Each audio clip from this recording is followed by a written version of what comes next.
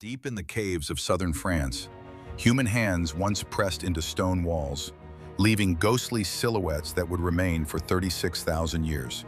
These were not the traces of crude cavemen, but rather sophisticated works of art created by people whose daily lives were far more complex and intelligent than we ever thought.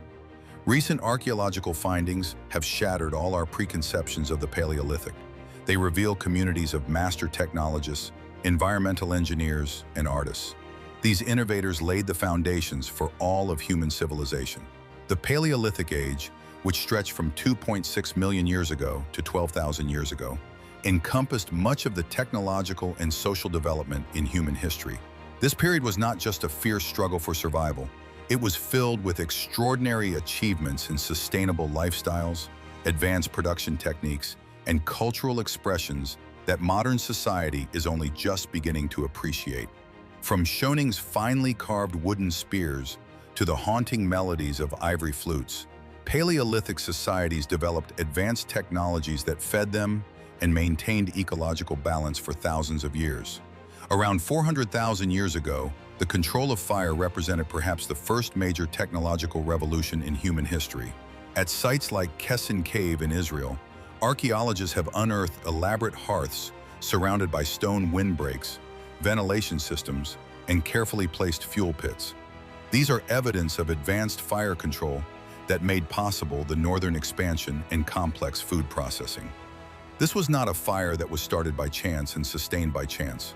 It was the result of a deep understanding of the combustion process, fuel properties, and heat management. Paleolithic firekeepers developed complex maintenance techniques to keep the flames burning for weeks or even months. They protected the embers by covering them with ash, made slow-burning starters from fungi, and set up a watch system within the community to maintain the fire. This technology required an expenditure of approximately 800 to 1,200 calories of energy each day. However, this labor was more than compensated for by the cooked food, security, light for night activities, and the social bonds that developed around the communal firesides. Fire enabled the processing of previously indigestible plants and transformed meat into an easily digestible protein. But more importantly, it created usable hours after sunset. This freed up time for tool repair, social interactions, and cultural transmission.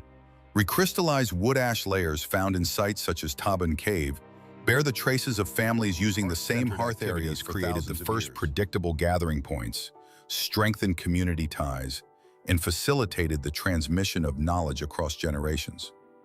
This skillful use of fire fundamentally changed the rhythm of daily life. Palmyrene life was shaped by the eternal rhythm of the solar cycle. All activities were organized according to daylight. Dawn began with a natural awakening between 6.5 and 7.5, immediately followed by the relighting of the fire and the preparation of breakfast. The hours between 6.5 and 11 were spent in basic food gathering and hunting under optimum light conditions. During these hours, resting in the shade, tool maintenance, and food processing were performed. After death, the second wave of food gathering and return to camp were the times. In the evenings, communal meals, social events, and the dancing shadows of the flames reflected on the cave walls were separated. These were perhaps the first images that gave rise to artistic inspiration. Water collection was carried out in the cool morning hours to reduce energy expenditure. Communities camped 2-5 kilometers from reliable water sources, and transport was done in organic containers made of gourds, animal stomachs, and tree bark. The strategic location of the camps and their advanced knowledge of seasonal water sources demonstrated an environmental intelligence that even modern naturalists would envy. This deep environmental knowledge was also reflected in food supply. Recent findings have radically changed our understanding of Paleolithic subsistence.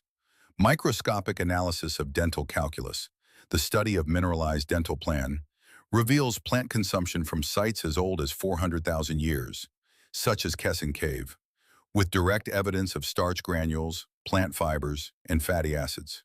These microscopic time capsules preserved in ancient teeth reveal consumption patterns that traditional archaeology has overlooked, showing that plants formed the basis of Paleolithic societies' diets.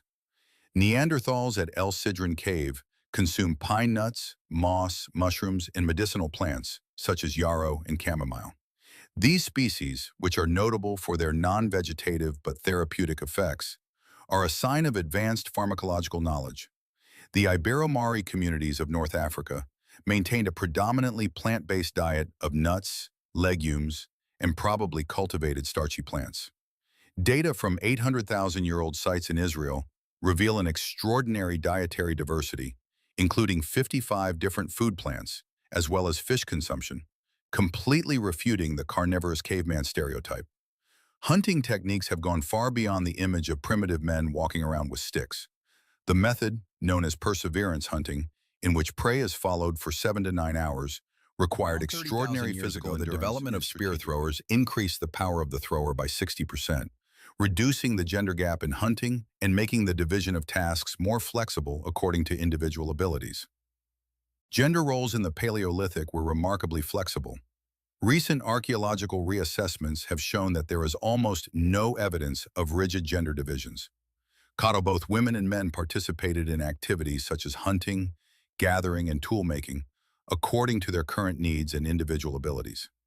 In burial sites, women were buried with hunting tools and men with plant processing equipment, demonstrating the fluidity of tasks and the egalitarian nature of Paleolithic societies. The tools used represented one of humanity's greatest intellectual achievements. Tool-making, which began with simple, old ovan crushing stones around 2.6 million years ago, progressed through increasingly sophisticated stages. The Acheulean hand axe tradition required an understanding of the concepts of symmetry, form, and function.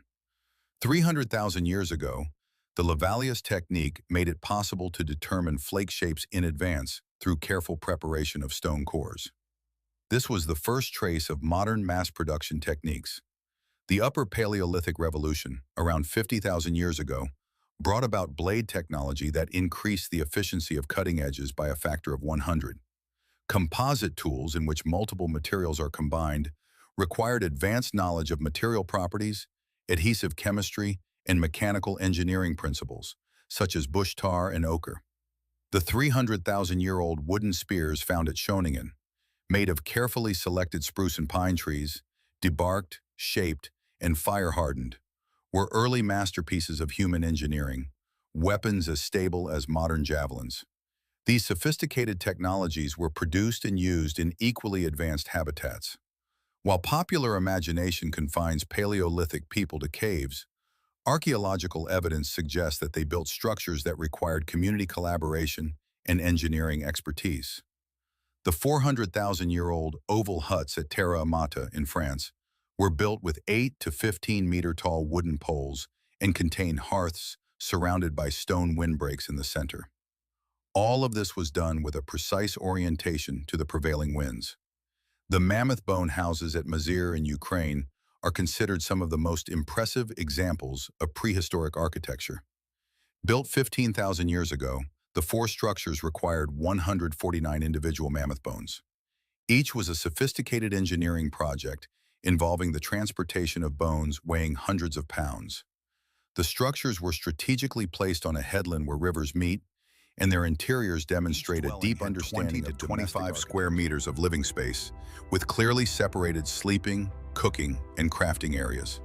In their carefully constructed homes, Paleolithic societies operated as purely egalitarian communities, actively resisting dominance hierarchies through cultural mechanisms such as ridicule, contempt, and the threat of exclusion. Typical group sizes range from 20 to 50 people. They were organized around kinship ties and flexible leadership structures, prioritizing consensus over authority. Decisions were made through long discussions in which every adult had a say, creating a social system that anthropologists describe as truly democratic. Sharing food was a cornerstone of social organization. Individuals with valuable resources, especially meat, had to share them with all group members in a system called demand sharing.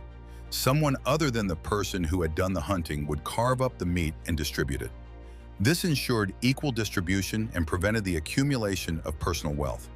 This system established strong social bonds and served as a mutual assurance mechanism in the uncertain foraging life.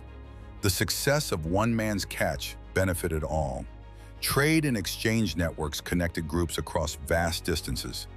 During the Upper Paleolithic, stone materials were transported more than 100 kilometers. Some shells and ambers reached as far as 800 kilometers from their source. These networks made possible not only material exchange, but also technology transfer, genetic diversity through marriage, and cultural interaction, thus increasing the cultural richness of all participating groups. Regular meetings were held at seasonal gathering places, thus maintaining social ties across thousands of square kilometers. The artistic achievements of Paleolithic people are evidence of a sophisticated cultural expression that rivals any human artistic tradition. The paintings at Lascaux include over 600 figures, made with 3D effects and advanced perspective techniques that use natural rock contours. Artists meticulously ground mineral pigments, built scaffolds to reach high walls, and used spray painting techniques using hollow bones. The 30,000-year-old animal depictions among many of the Vetmas are the product of extraordinary observational skills and artistic design. Techniques such as engraving, shading, and perspective would not be seen again in art until the Renaissance. Musical instruments provide evidence of a complex cultural life. The 42,000-year-old bone flutes, found at Hohe-Leffels, with 5 holes and carved from the humerus of a griffin vulture, featured advanced acoustic engineering. These were not simple sound-making devices, but delicate instruments that made possible the complex melodies played in social events and rituals. The careful placement of finger holes indicates knowledge of musical intervals, while traces of wear indicate long-term portrays a violent prehistoric life.